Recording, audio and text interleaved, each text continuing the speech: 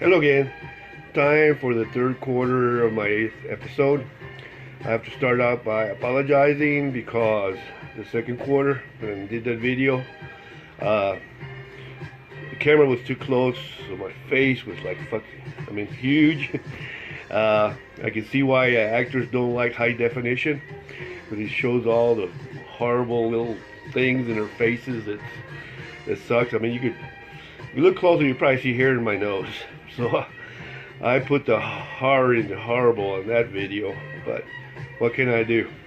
Anyway, it's the third quarter. The third quarter is always about death and life. The first part being death. And I want to talk about a rock. And this rock is, got a little note here because it's kind of hard to pronounce. It's called, where is it? Lapis lazuli. Lapis lazuli. And it's a rock. And you're probably wondering, okay, we're talking about what to do after you're dead. Why in the world am I talking about a rock? And the thing is, it's a special kind of rock. How's it going, Lee?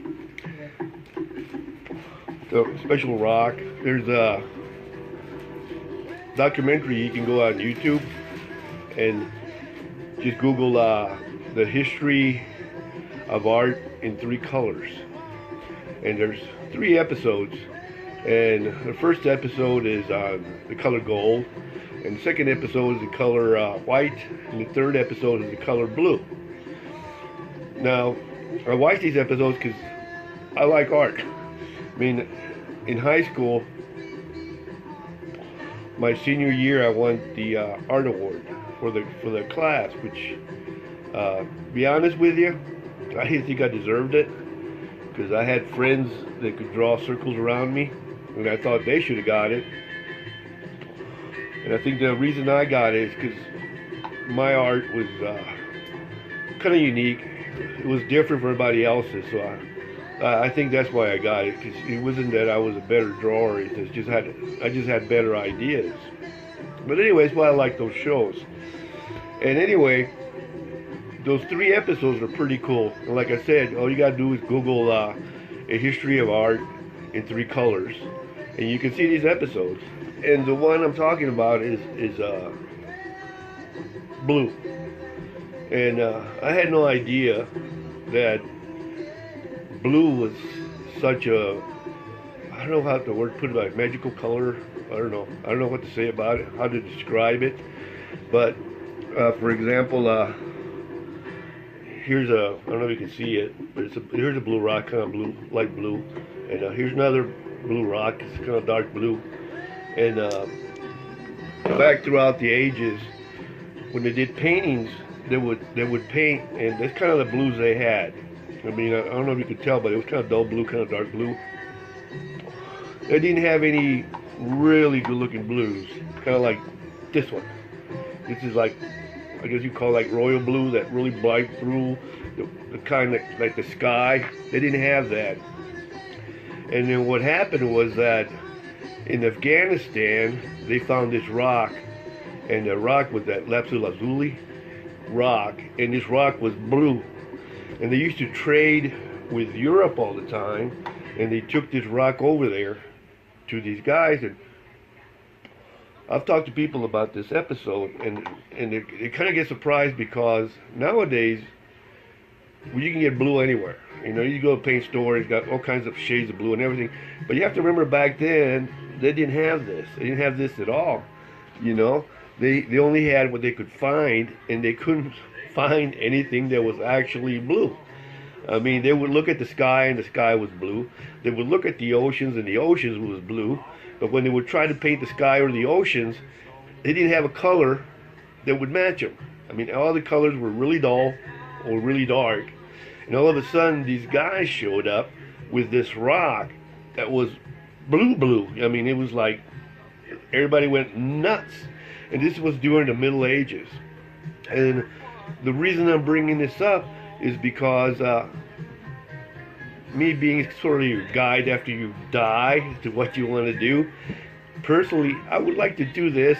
And by this, I mean I would like to go to that time when whatever guy it was showed up in Europe in the Middle Ages with this blue rock and said, check this out.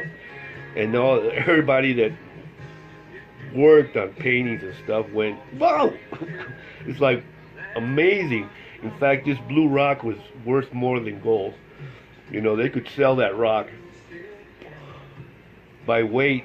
By weight, it was worth more than gold. It was, to me, I would love to go there and just see the expression on their faces, and just see how they start to use it, how to start breaking it out, how to start making the paint, the pigment, to start doing the paintings. Now, when you see the video, they'll tell you all kinds of stuff about what happened, and I highly recommend the videos. And one of the examples they show is that, and if you remember, you've seen tons and tons of pictures, or I should say paintings, from that era of the Virgin Mary, and they always use blue as their clothing. If you stop and think about it. And the reason they did that, because this thing was so rare, they decided the only thing they could use, it, because they didn't have a lot of it, but they made paintings of the Virgin Mary, they would put her in blue, because they figured she was the only one that was worth it, you know. So for the longest time, that's the only thing they would use it for. Then they started getting a little bit more of it and started spreading out a little bit more, but it was still very rare, and got to the point where only royalty could have it. I guess maybe, possibly, that's why they call it royal blue. I don't know, I'm guessing. But anyway, I think that's just what I do, you know. But the next part of this, because I'm kind of done with that, the dead part, okay? Now we shed a little light on the subject, like the one that just showed up over there. A new subject.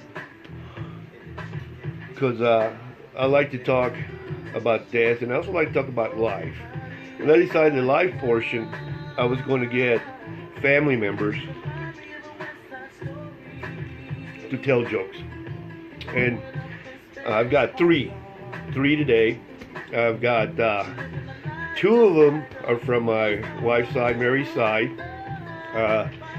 Cody and Maria, like the song, you know. And Maria is a daughter of Juan and Linda, you know, and Juan is the son of Beba, her real name is Jessie. That's my wife's sister. And the other one, Cody, she's also grandson of Beba, and her parents is Felisa and Alfred. Anyway, I got those two, and the only reason I got those two, and they're fairly young, they're like early 20s. They graduated about a year or two ago, something like that. And the only reason I got them, I was going to use adults and stuff, but I was a family get-together, and they were there, and they begged me. In fact, I thought Cody was going to cry if I didn't let him do it, so I said, okay, I'll let you guys do it. Since you're so insistent on doing this, I'll let you guys do it. And they'll be the first two. First we'll have Maria, and then we'll have Cody. And then the third one's going to be Juju, one of my nieces. She's my sister's daughter, my sister Elizabeth. She did one of the jokes in one of the other episodes, and she did a little joke too. So what I'm going to do now is I'm going to stop talking and show you the three videos. Okay? Brace yourself, because turns out they're pretty awesome. Definitely in the spot now.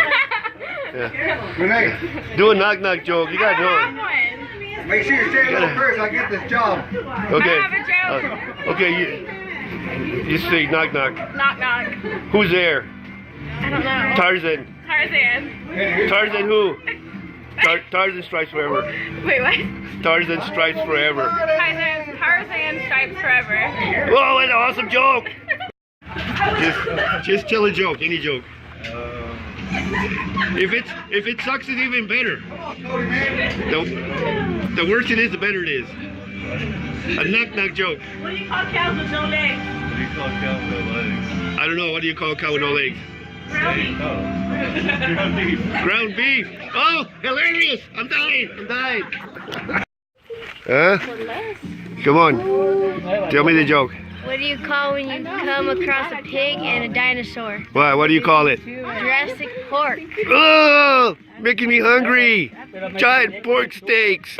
Okay, I don't know which one's my favorite. All three of them are great. They did a great job. I gotta thank all three of them for such great sports. This concludes my third quarter of the 8th episode of life and death. Death being first and life is being now, because all these people are alive and they're doing great and they're wonderful people. Next I'm going to do my fourth quarter for episode 8. Fourth quarter is always I tell a stupid joke. So brace yourself. See you in a minute.